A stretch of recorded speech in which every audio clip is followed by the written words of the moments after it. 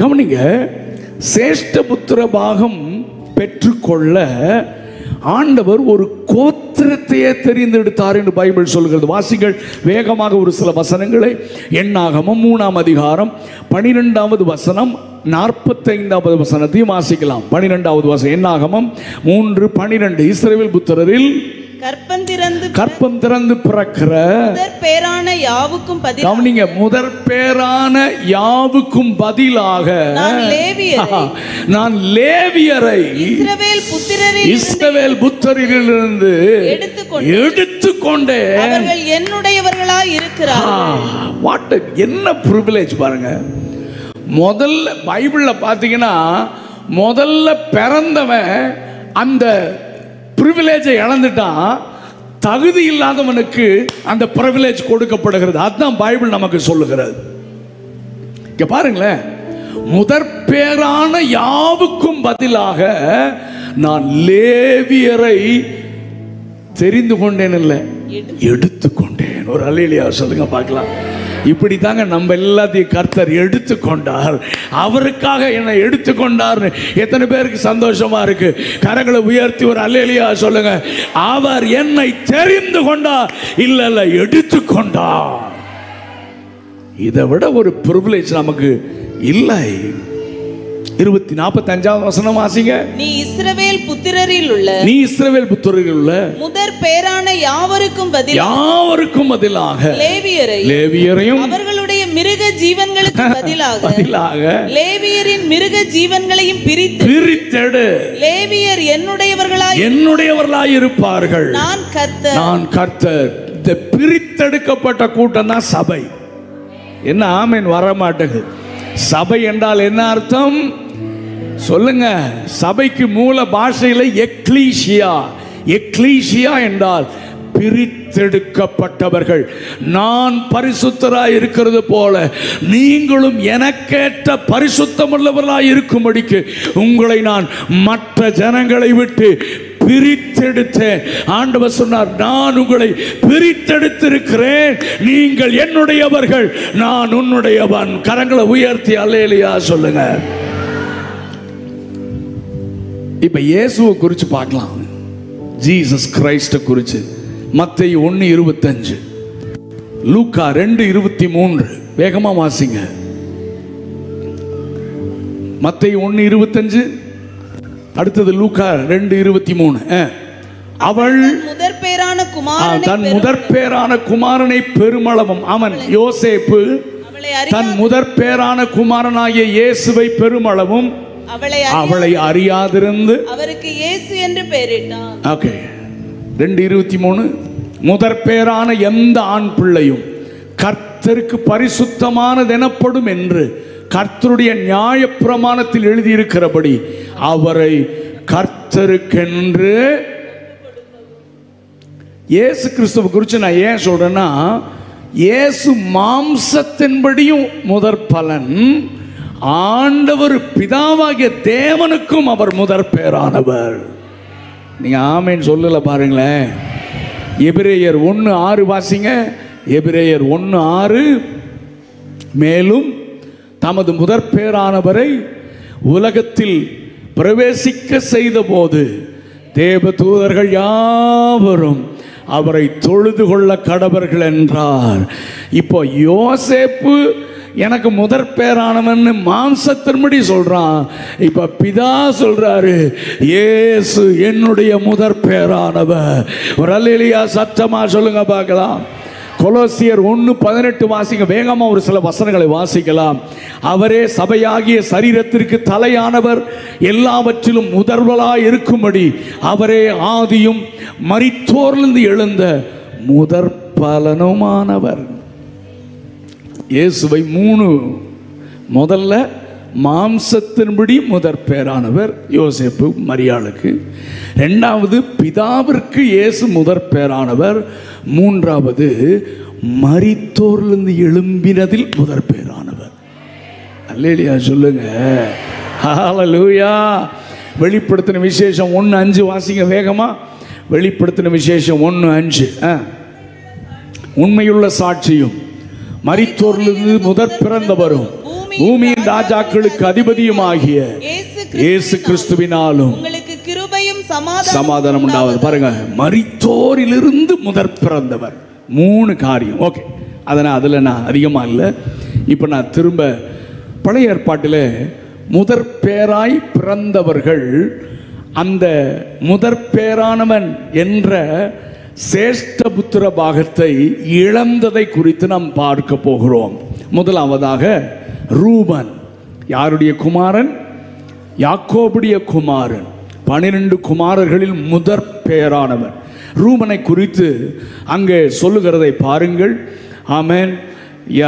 ஆதியாகமம் 49வது அதிகாரம் 3-4 வசனங்களை வாசிங்கள் பார்க்கலாம். ரூபனே, நீ என் சேஷ்ட புத்திரன். பாருங்க, அவன் யாக்கோபு எப்படி சொல்றான் பாருங்க. ரூபனே, நீ என் சேஷ்ட, நீ என்னுடைய சேஷ்ட புத்திரன், நீ என் சத்துவமும், நீ என்னுடைய சத்துவம், என் முதற் பலனுமானவன், நீ என்னுடைய முதற் பலன், நீ மேன்மையில் பிரதானமும், நீ மேன்மையில் பிரதானமும், வல்லமையில் விசேஷமுமானவன். தண்ணீரை போல தளம்பினவன். பாருங்க, அவன் இழந்ததற்கான காரணம் இங்கே சொல்லப்பட்டிருக்கிறது. தண்ணீரை போல தளம்பினவனே, நீ மேன்மை அடைய மாட்டாய். உன் தகப்பனுடைய மஞ்சத்தின் மேல் ஏறினாய், அதை தீட்டுப்படுத்தினாய், படுக்கையின் மேல் ஏறினானே. இது நிமித்தம் என்ன நடந்தது?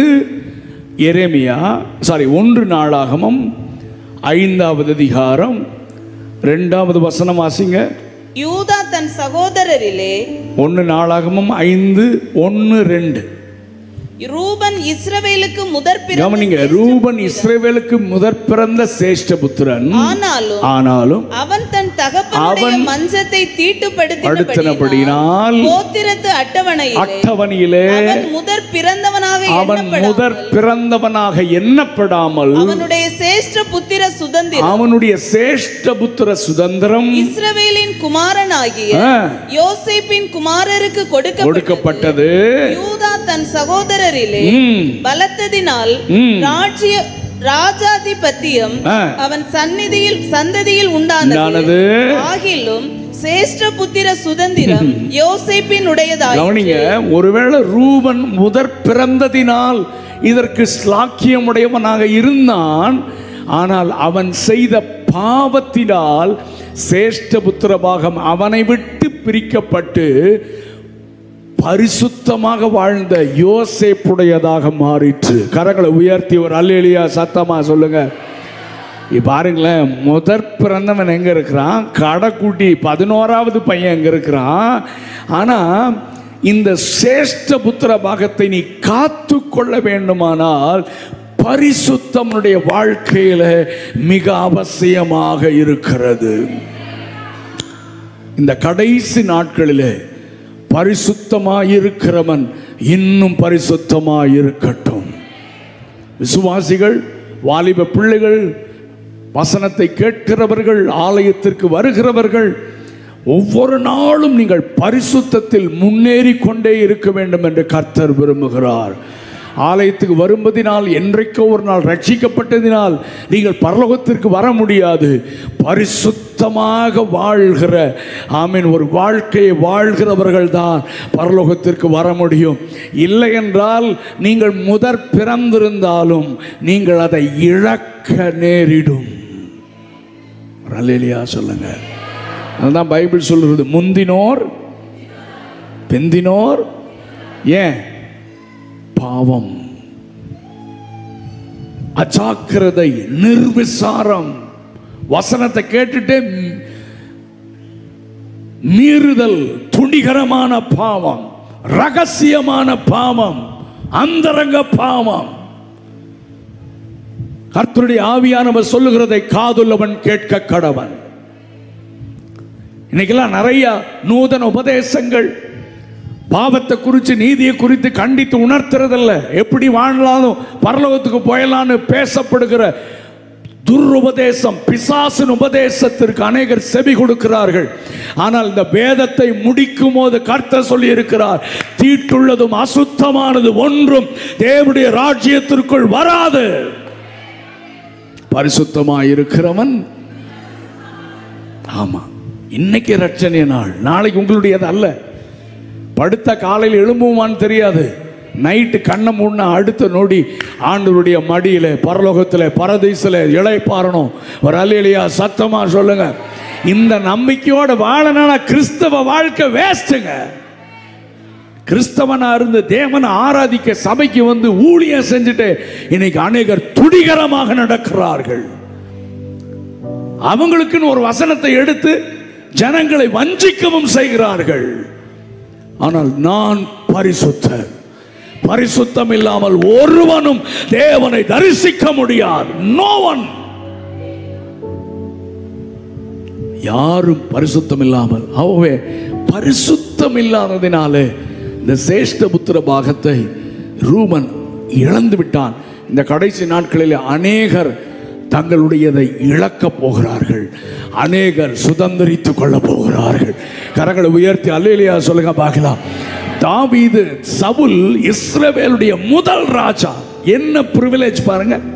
ராஜாக்கள் அவன் முதற் பேரானவன். First king of the Israel. இஸ்ரேல்னா ஏன் ஜனம், ஏன் ஜனம், ஏன் ஜனம் சொல்றாரு. அந்த ஜனத்தை ரூல் பண்ண தேவனால் தெரிந்து கொள்ளப்பட்ட சவுல். ஆனால் பைபிள் சொல்லுகிறது, அவனை தள்ளி கர்த்தர் தாவீதை தெரிந்து கொண்டார். நான் தீர்க்க தரிசனமாக ஒரு சில ஆண்டுகளாக நான் சொல்லி கொண்டிருக்கிறேன். இந்த ஸ்டேஜ்லையும் சொல்றேன், இந்தியாவில் தமிழ்நாட்டில் அநேகரை கர்த்தர் தள்ளி, சவுலை தள்ளி அநேக தாவீதுகளை கர்த்தர் கொண்டு வந்து எழுப்புதலை கொண்டு வர அவர் தீவிரம் காண்பிக்கிறார். மனம் திரும்பாத பட்சத்தில் விளக்கு தண்டு உன்னிடத்திலிருந்து எடுத்து போடப்படும்.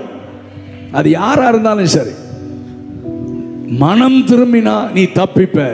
அவரிடத்தில் திரளான மன்னிப்பு மீட்பு உண்டு. ஆனா நீ மனம் திரும்பலன்னா உன்னுடையதை பறித்து உன்னை தள்ளி வேறொருவனை கர்த்தர் ஏற்படுத்துகிற நாட்கள் இருக்கிறது. நீங்க வேணா டைரியில எழுதி வச்சுக்கோங்க. வருகிற நாட்களிலே ஆமீன் துணிகரமாக வாழ்கிற அநேகரை கர்த்தர் தள்ளிவிட்டு அநேக தாவீதுகளை கர்த்தர் எழுப்பி கோலியாத்தின் ஆவிகளை முறியடித்து செத்து போன சபைகளுக்குள்ளே ஒரு ஜீவனையும் எழுப்புதலையும் கர்த்தர் கொண்டு வர விரும்புகிறார். Hallelujah. Glory to God. நான் வேகமா போறேன், நல்ல கவனிங்க. இரண்டாவது ஆதியாகமம் 21ஆம் அதிகாரம் 10வது வசனம். அங்கே இஸ்மவேலை ஆண்டவர், அங்கே கவனிங்கள், இஸ்மவேல் தான் ஆபிரகாமுடைய முதற் பேரானவன். நீங்க உடனே சொல்லலாம், அது ஆகாருக்கு பிறந்தது, அது முதற் பேரானது வராது அப்படின்னு நீங்க சொல்லலாம். வாசிங்க 21:10. ஆபிரகாமை நோக்கி இந்த அடிமை பெண்ணையும் அவன் மகனையும் புறம்பே தள்ளும். இந்த அடிமை பெண்ணின் மகன் என் குமாரனாகிய ஈசாக்கோடே சுதந்திரவாளியா இருப்பதில்லை. நீங்களும் அப்படி சொல்லலாம், எல்லாரும் அப்படி சொல்லுவாங்க. அந்த கண்ணோட்டத்தில் தான் நம்ம எல்லாருமே பார்ப்போம். ஆனா பைபிள் பிரமாணம் என்ன சொல்லுகிறது பாருங்கள். உபாகமம் 21ஆவது அதிகாரம் 7வது வசனம். பிரமாணம் என்ன சொல்லுகிறது? உபாகமம் 21:7. எங்கள் கைகள் இல்ல, உபாகமம் 21:7. ஓ மை காட், இல்லைங்க ஒரு நிமிஷம், 17. சாரி. வெறுக்கப்பட்டவளிடத்தில் பிறந்த, கவனிங்க, பிரமாணம் என்ன சொல்கிறது பாருங்க. வெறுக்கப்பட்டவளிடத்தில் பிறந்தவனை சேஷ்ட புத்திரனாக அங்கீகரித்து. ஆண்டவர் லா பயங்கரமான லா. ஆண்டு சொல்றாரு, வெறுக்கப்பட்டவளிடத்தில் பிறந்திருந்தாலும் அவன் தான் சேஷ்டபுத்திரன். ஒரு அல்லேலூயா சத்தமா சொல்லுங்க பார்க்கலாம். அவனை அங்கீகரித்து தனக்கு உண்டான ஆஸ்திகள் எல்லாம் 2 பங்கு. இதனால தான் சொன்னேன், சேஷ்டபுத்திர பாகம் அந்த முதற்பேரா பிறந்த 2 பங்கு சொத்து அவனுக்கு. அவன் தன் தகப்பனுடைய முதற்பலன் சேஷ்டபுத்திர சுதந்திரம் அவனுக்கே. அப்போ இஸ்மவேல் சேஷ்டபுத்திர பாகத்துக்கு சொந்தக்காரனா இருந்தானா? என்ன இவ்வளவு தூரம் சொன்ன பிறகு இப்படி முழிக்கிறீங்க? ஆமா, அவன்தான் ஆபிரகாமுடைய முதற் பலன். ஆனால் அதை அவன் இழந்தான். ஈசாக்குக்கு அது போயிடுச்சு. ஏன்? why? because of his character. அவருடைய கேரக்டர். வாசிங்க ஆதியாகமம் 21:9 வாசிங்க வேகமா. பின்பு எகிப்து தேசத்தாளாகிய ஆகார் ஆபிரகாமுக்கு பெற்ற குமாரன் பரியாசம் பண்ணுகிறதை சாராள் கண்டு. என்னுடைய சுவாபம் என்னவா இருந்துச்சு? எல்லாரும் சொல்லுங்க, யார் பரியாசக்காரன்? இல்ல பரியாசம் என்ன சொல்லுங்க, வாசிங்க. அதுக்கும் வசனம் வாசிக்கலாம். நீதிமொழிகள் 21வது அதிகாரம் 24வது வசனம் வாசிங்கள். நீதிமொழிகள் 21:24. அகங்காரமும் இடும்பும் உள்ளவனுக்கு பரியாசக்காரன் என்று பெயர். நம்ம பரியாசம்னா இதோ கிண்டல் பண்றோம், கிண்டல் பண்றதுதான் நம்ம நினைச்சிட்டு இருந்தோம்ல. ஆனா பரியாசக்காரன் யாரா சொல்லுங்க? அகங்காரம் உள்ளவன், திமிர் பிடித்தவன். நம்ம தமிழ்ல சொல்றோம்னா அகங்காரம் உள்ளவன், இடும்பு உள்ளவன் பரியாசக்காரனாம். கவனிங்க, ஏன் இதெல்லாம் நான் வாசிக்கிறேன்னா இந்த மாதிரி கேரக்டர் நமக்குள்ள இருக்கக்கூடாது. யூதா 18வது 19வது வசனத்தை வாசிங்கள். யூதால ஒரே அதிகாரம் 18-19. கடைசி காலத்திலே நாங்கள் துன்மார்க்கமான இச்சைகளின்படி நடக்கிற பரியாசக்காரர் தோன்றுவார்கள். பாருங்க, பரியாசக்காரர் யாராம்? துன்மார்க்கமான இச்சைகளின்படி நடப்பாங்க. அப்புறம் தொடர்ந்து வாசிங்கம்மா. உங்களுக்கு சொன்னார்களே இவர்கள் பிரிந்து போகிறவர்கள். பாருங்க, பரியாசக்காரர் யாரு? சத்தமா சொல்லுங்க, பிரிந்து போகிறவர்கள். சத்தமா சொல்லுங்க, சத்தமா சொல்லுங்கயா. கணவனை விட்டு மனைவி பிரிஞ்சு போனா பேர் என்ன? அவனுக்கு முதற் பலன் கிடையாது. மனைவியை விட்டுட்டு கணவன் பிரிஞ்சு போனான்னு நினைச்சாலே அவனுக்கு முதற் பேரு. சத்தமா சொல்லுங்க வாயை திறந்து. நம்ம டிவோர்ஸ் பண்ணிக்கலான்னு பேசினாலே அது பாதாளத்திலிருந்து வருகிற வார்த்தை. தேவன் இணைத்ததை மனிதன் பிரிக்க கூடாது. நல்ல கையை உயர்த்தி அல்லேலூயா சொல்லுங்க பார்க்கலாம். எனக்கு இந்த டிவோர்ஸ் என்ற வார்த்தை நம்ம வாயிலிருந்து வரவே கூடாது. ராபா ஷகராதா நாமா. ஹல்லேலூயா. இந்த கடைசி நாட்களிலே தேவனுடைய பிள்ளைகளுடைய ஊழியருடைய குடும்பங்களிலே சாத்தான் விளையாடுகிறத நம்ம பார்க்கிறோம். ஆனா நான் சொல்றேன், ஜெயம் கர்த்தருடையது. கர்த்தர் உனக்கு ஜெயத்தை கொடுப்பார். பிசாசின் திட்டங்கள் குடும்பத்தில் பலிக்காது. கர்த்தரும் குடும்பத்தில் சமாதான காரணராக இருப்பார். கரங்களை உயர்த்தி ரகரபா சம்தரனா. சோ பிரிந்து போகிறது. இங்கெல்லாம் குடும்பத்தில் பிரிஞ்சு போறதை பத்தி பேசிதான் சபையில் அந்த ஆவி வரும். பிரிந்து போகிறவர்கள். ஓகே, அடுத்தது ஜென்ம குணத்தால், ஜென்ம ஸ்வாபம். அடுத்தது ஆவி இல்லாதவர்கள். இவர்களுக்கெல்லாம் பரியாசக்காரர் என்று பெயர். அடுத்து இன்னொரு வசனத்தை வாசிருங்க, டைம் தான் போகுது. 2 பேதுரு 3ஆம் அதிகாரம் 3-4.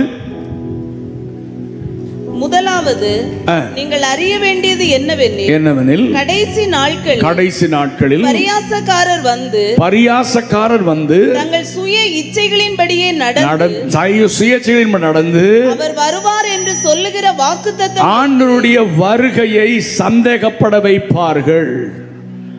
சோ கள்ள உபதேசம் பேசுறவெல்லாம் பரியாசக்காரன் அந்த லிஸ்ட்ல தான் வரான். சரி, அந்த பரியாசம் பண்ணின அந்த குணத்தினாலே இஸ்மவேல் சேஷ்ட புத்திர பாகத்தை இழந்து இப்ப ஆதியாகமம் 25:5-6 வாசித்துருங்க. நான் அடுத்த ஆளுக்கு போயிடுறேன் வேகமா. ஆபிரகாம் தனக்கு உண்டான யாவையும் ஈசாக்குக்கு கொடுத்தான். ஆபிரகாமுக்கு இருந்த மறுமனையாட்டிகளின் பிள்ளைகளுக்கும் ஆபிரகாம் நன்கொடைகளை கொடுத்து தான் உயிரோடு இருக்கும் போதே அவர்களை தன் குமாரனாகிய ஈசாக்கை விட்டு கிழக்கே போக கீழ் தேசத்துக்கு அனுப்பிட்டான். எல்லாத்தையும் யாரு கொடுத்தான்? அப்ப ஆண்டவர் எல்லா ஆசீர்வாதங்களையும் உனக்கு கொடுக்க விரும்புகிறார். நீ எப்படி சுதந்திரித்துக் கொள்ளலனா உன்னுடைய குணம். அதனால தான் மறுரூபமாகணும். விசுவாசிகள், ஊழியர்கள் நாம் எல்லாரும் எப்படி ஆகணும்? ஜென்ம குணம் இருக்கக்கூடாது. இந்த பரியாசக்காரன் சொல்ற இந்த லிஸ்ட்ல வர்ற குணங்கள் எல்லாம் இருக்கக்கூடாது. ஆமீன். நாம் கிறிஸ்துவின் குணங்களை நம்முடைய வாழ்க்கையில பெற்றிருக்க வேண்டும். ஆமென். ஜென்ம குணம் மாறணும். எதுக்கு சபைக்கு வர்றோம், எதுக்கு ஜெபம் பண்றோம், எதுக்கு வேதம் வாசிக்கிறோம், எதுக்கு பரிசுத்த ஆவியானவர் நம்மை நிரப்புகிறார் என்றால் என்னை இயேசுவை போல மாற்றுவதற்காக. சர்ச்சுக்கு வந்து ஞானஸ்தானம் எடுத்து அந்நிய பாஷை பேசி வீட்டில் போய் சாட்சி இல்லாத வாழ்ந்தீங்கன்னா நீங்கள் என்ன செய்யப்படுவீர்கள்? இழந்து போவீர்கள். அப்போ வீட்டில் சாட்சி ஆரம்பிக்கணும். ஜென்ம குணம் மாறணும். தேவனை வெளிப்படுத்தணும். அவன் முதல் நாளில் பார்த்தோம், மனத்தாழ்மை. மனத்தாழ்மை இருந்துச்சுன்னா பெருமை இருக்காது, அகங்காரம் இடும்பு இருக்காது. மன்னிச்சிருவாங்க, இறங்கி போவாங்க, விட்டு கொடுப்பாங்க. பண திமிர் இருக்காது, ஜாதி பெருமை இருக்காது. நாகர்கோவில் அல்லேலியா வராதுன்னு எனக்கு தெரியும். ஆமென். எல்லாம் பொருளை, அதாவது money power, muscle power, man power. இன்னைக்கு எல்லா அரசியல்வாதிகள், ஈவன் சபை கூட இதைத்தான் சொல்லுது. எனக்கு இத்தனை ஆட்கள் இருக்காங்க, மேன் பவர். என்கிட்ட பணம் இருக்கு, எல்லாத்தையும் சாதிச்சிருவேன், மணி பவர். அடுத்தது மசில் பவர். என்ன பவர் சொல்லுங்க? அடுத்தது ஜாதி பெருமை. ஆமாம், இதெல்லாம் தான் அகங்காரம். இதெல்லாம் தான் மாறணும்னு கர்த்தர் விரும்புகிறார். ஒரு அல்லேலூயா சத்தமா சொல்லுங்க. ஹல்லேலூயா. ஜென்ம குணங்கள்லாம் நம்மை விட்டு மாறி கிறிஸ்துவை போல தாழ்மையுடையவர்களாக, ஆமென், கிறிஸ்துவை வெளிப்படுத்தி வாழ கர்த்தர் நமக்கு அனுக்கிரகம் செய்வாராக. அடுத்ததா யாத்திராகமம் 4வது அதிகாரம் 22வது வசனம் வாசிங்கள்.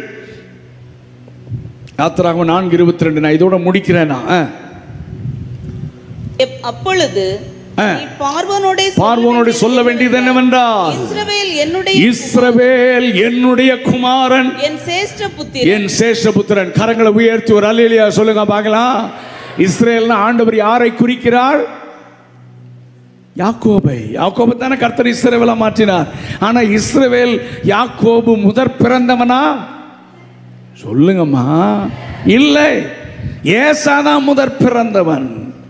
ஒருவேளை ஃப்ராக்ஷன் ஆஃப் செகண்ட் தான் அவன் தாமதமானாலும், யார் முதல்ல கற்பத்திலிருந்து வெளியே வரானோ அவன் தான் சேஷ்ட புத்திரன். அந்த வகையில் அதற்கு பாக்கியவானாக யார் மாறினது? ஏசா. ரெட்ட குழந்தைங்க தான், பின்னாலேயே வந்துட்டான். ஆனாலும் முன்னால பிறந்ததுனால ஏசா தான் முதற் பிறந்தவனாக. ஆனால் அந்த, அதாவது இதுதான் நம்மை ஆண்டவர் தெரிந்து கொண்டார், என்னை ரட்சித்தார், அபிஷேகம் பெற்றுட்டேன், ஞானஸ்தானம் எடுத்துட்டேன், சர்ச்சுக்கு போகிறேன், காணி கொடுக்குறேன், தசமம் கொடுக்குறேன்னா நமக்கு அதுக்கப்புறம் ஒரு நிர்விசாரம் வந்துகிறது. என்ன சொல்லுங்க சத்தமா? நிர்விசாரமாக இருந்தீங்கன்னா பரலோகம் முடியாது. ஜாக்கிரதையாக இருக்கணும். அதனால தான் நான் முதல்லயே சொன்னேன், சேஷ்ட புத்திர பாகம் ஒருவேளை நான் தகுதி இல்லாதவனாய் இருந்தாலும் எனக்கு அதை கர்த்தர் தந்திருக்கிறார். ஆனால் நான் அதை காத்து கொள்ள வேண்டும். ஒரு அல்லேலூயா சத்தமா சொல்லுங்க. அந்த பிரிவிலேஜை நம்ம காத்து கொள்ளணும். ஆனால் இந்த ஏசா என்ன பண்ணா, ஒரு நாள் என்ன செய்தான், அவன் பசியாக இருந்தான், வேட்டைக்கு போயிட்டு வந்தான், பசியாக இருந்தான். யாக்கோபு சிவப்பான கூளை காய்ச்சிட்டு இருந்தான். இப்போ அவன் உட்காந்து கூளை கேட்டோன்னே இவன் சேஷ்டபுத்திர பாகத்தை கேட்டான். அவன் சொல்றான், இது என்னத்திற்கு? எனக்கு நிர்விசாரம். இது சொல்லுங்க. ஒரு ரட்சிப்பு கிடைச்சா அதனுடைய மதிப்பு தெரியல. இன்னைக்கு ரட்சிப்பை காத்து கொள்ள முடியல, பரிசுத்தத்தை காத்து கொள்ள முடியல. ரட்சிக்கப்பட்ட பிறகும் துன்மார்க்கமாய் நிர்விசாரமாய் வாழுகிற கூட்டம், இயேசுவை ஆராதிக்கிறேன் சொல்லியும் துணிகரமான பாவம் செய்கிற கூட்டம். இது என்னத்துக்கு? என்னத்துக்கு? அவன் ஏன் இழந்தான்னு சொல்றேன். அடுத்தது அதை விற்று போட்டான். இன்னைக்கு இயேசுவையே விற்கிறான். சேஷ்ட புத்திர பாகத்தையே விற்கல, யாரை விற்கிறான் சொல்லுங்க? இன்னைக்கு கிறிஸ்தவத்தையே வியாபாரமாக்கின கள்ளர்களும் கொள்ளைக்காரர்களும் சபையிலிருந்து இயேசுவினால துரத்தப்பட வேண்டும். அன்னைக்கு எப்படி சவுக்கு எடுத்துட்டு வந்தாரோ இன்னைக்கும் சவுக்கு எடுக்கிற நாட்கள் தான். கர்த்தர் எடுப்பார். முதலாவது தேவனுடைய நியாய தீர்ப்பு சபையில் தான் துவங்கும். கரங்களை உயர்த்துவார். அல்லேலூயா சொல்லுங்க பார்க்கலாம். துணிகரமா பாவம் செஞ்சு இயேசுவினை வியாபார பொருளாக மாற்றி ஊழியத்தை சபையை கள்ளர் குகையாக மாற்றுகிற யாராயிருந்தாலும் நியாய தீர்ப்பு முதலாவது தேவனுடைய வீட்டில் துவங்குகிறது. விற்று போட்டான், யூதாசின் ஆவி விற்று போட்டான். அடுத்தது அலட்சியம் பண்ணினான். முதல்ல என்னத்துக்கு? நிர்விசாரம். இரண்டாவது விற்று போட்டான். மூன்றாவது சொல்லுங்க, அலட்சியம் பண்ணான். அடுத்தது அங்கே எழுதியிருக்குது, ஒருவேளை போஜனத்திற்காக. இதுதான் அனித்தியமான பாவ சந்தோஷம். இப்போ நீ சாப்பிடலன்னா செத்தா போயிடுவ நீ. அவன் ரட்சிப்ப, உலக ஆசீர்வாதத்துக்காக ரட்சிப்பை இழந்துடாத. இன்னைக்கு எந்த செய்தியை கேட்டாலும் ஆசீர்வாதம் ஆசீர்வாதம் ஆசீர்வாதம், பணம் பணம் பணம், அது வருது இது வருதுன்றான். நீங்க சொல்லுங்க, ஆமென். நம்முடைய குடியிருப்போ பரலோகத்தில் இருக்கிறது. ஒரு அல்லேலூயா சத்தமா சொல்லுங்க. ஓரா பஷகதரா நாம, நம்முடைய குடியிருப்போ அங்கே இருந்து நம்முடைய இரட்சகராகிய இயேசு வர காத்திருக்கிறோம் சொல்றாங்க. ஒரு அல்லேலூயா சத்தமா சொல்லுங்க. ஆமென். நமக்கு இந்த உலகத்தில் என்ன கிடைச்சாலும் கிடைக்கலனாலும் இயேசு போதும், பரலோகம் போதும் சொல்றாங்க. ஒரு அல்லேலூயா சத்தமா சொல்லுங்க.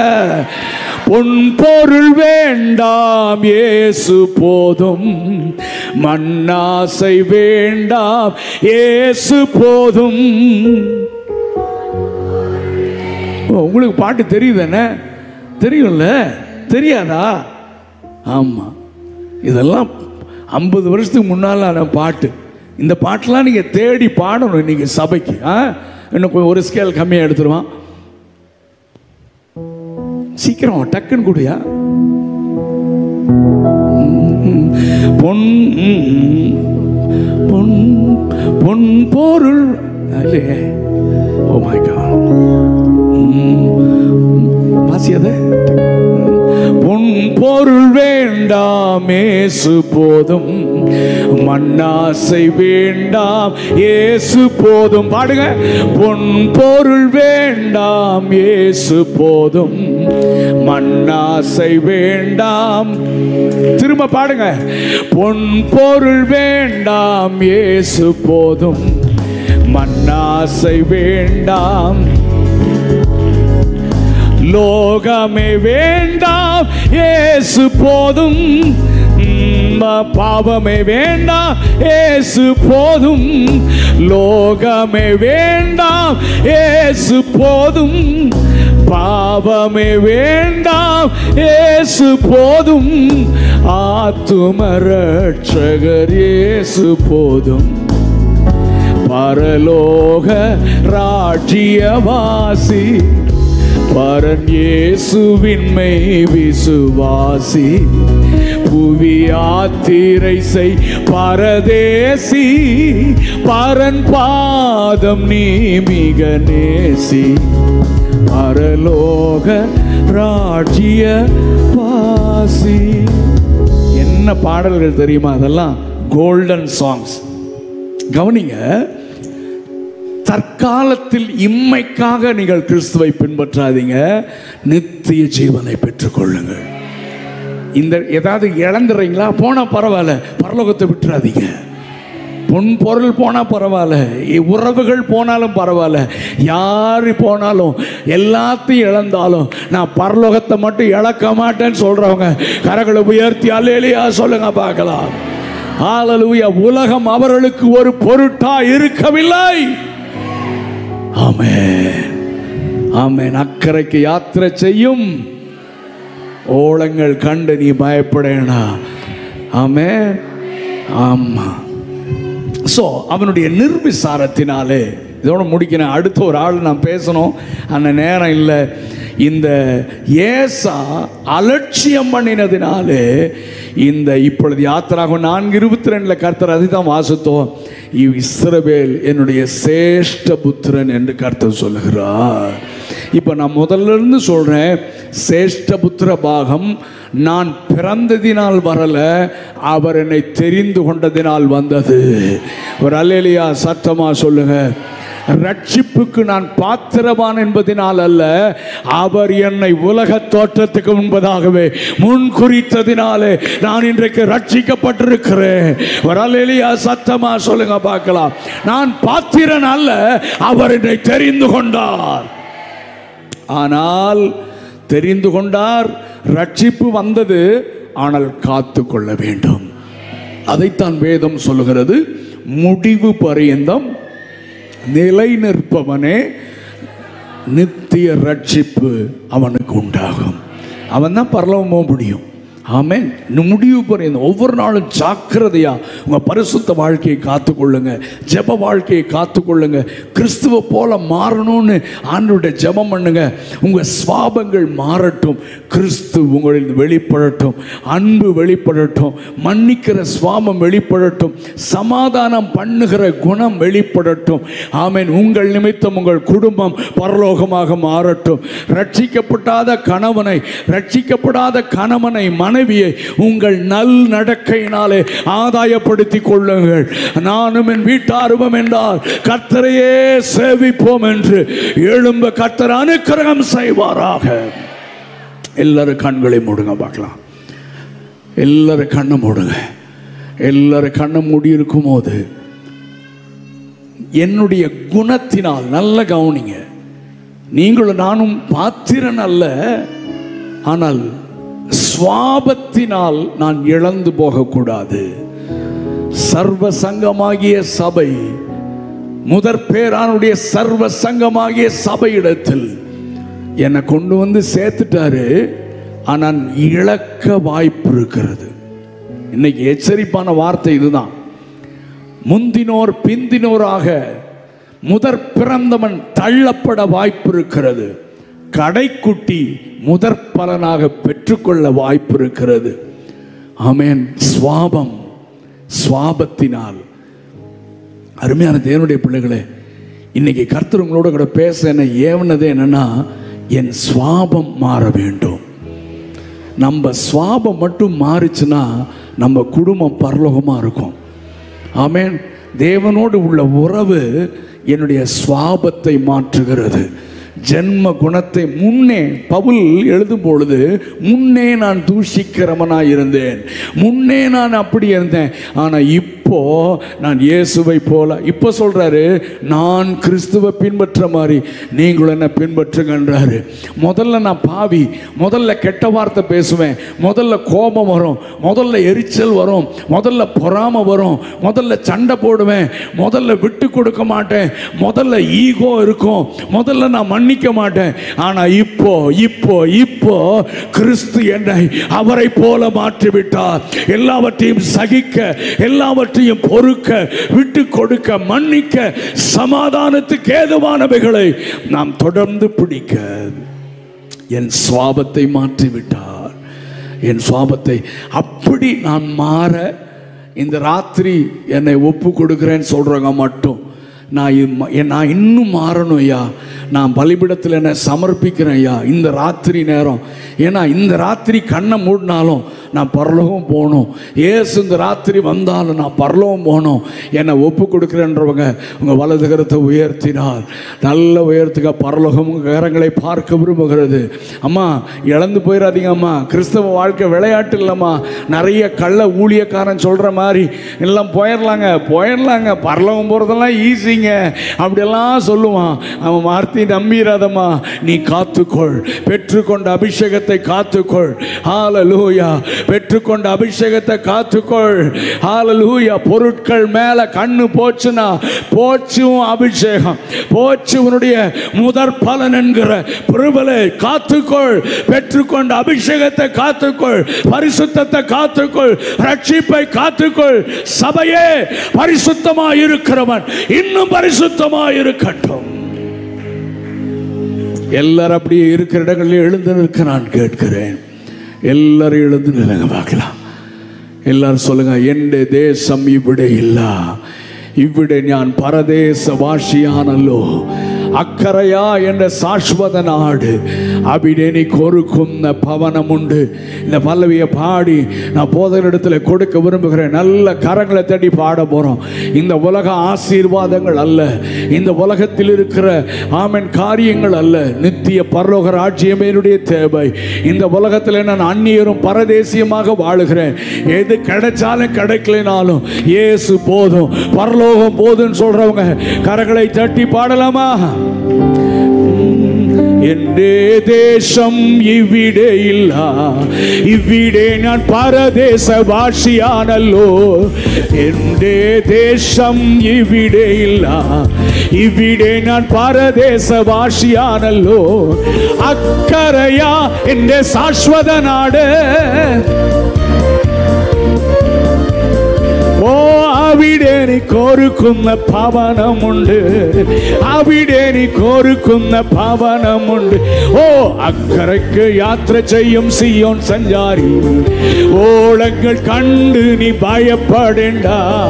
അക്കരയ്ക്ക് യാത്ര ചെയ്യും സിയോൻ സഞ്ചാരി. കാറ്റിനെയും കടലിനെയും നിയന്ത്രിപ്പാൻ കഴിവുള്ളോൻ പടകിലുണ്ട്. ഓ കാറ്റിനെയും இன்னொரு பாடலாமா? എന്റെ ദേശം ഇവിടെ ഇല്ല, ഇവിടെ ഞാൻ പരദേശവാസിയാണല്ലോ. എന്റെ ദേശം ഇവിടെ ഇല്ല, ഇവിടെ ഞാൻ പരദേശ. ഓ അക്കരയാ എന്റെ ശാശ്വത നാട്, അവിടെ എനിക്കൊരുക്കുന്ന ഭവനമുണ്ട്. ஹல்லேலூயா. நல்ல கைத்தட்டுங்க. கடந்த நல்ல வார்த்தைகளுக்கா